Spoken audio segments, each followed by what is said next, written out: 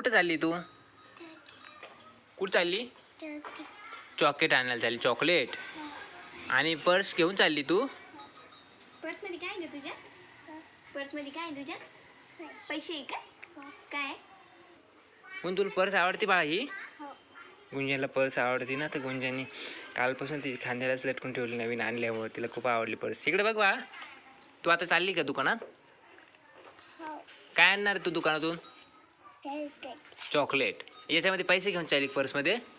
हां चालली मग लवकर येशील का? कोणाला चॉकलेट आणणार तू? पप्पाला. अजून? उंजूला, गुंजनला. अजून चॉकलेट कोणाला आणणार तू? हां मम्मीला. आणि अजून? ठीक आहे मग, जाय बाय कर. जाय बाय.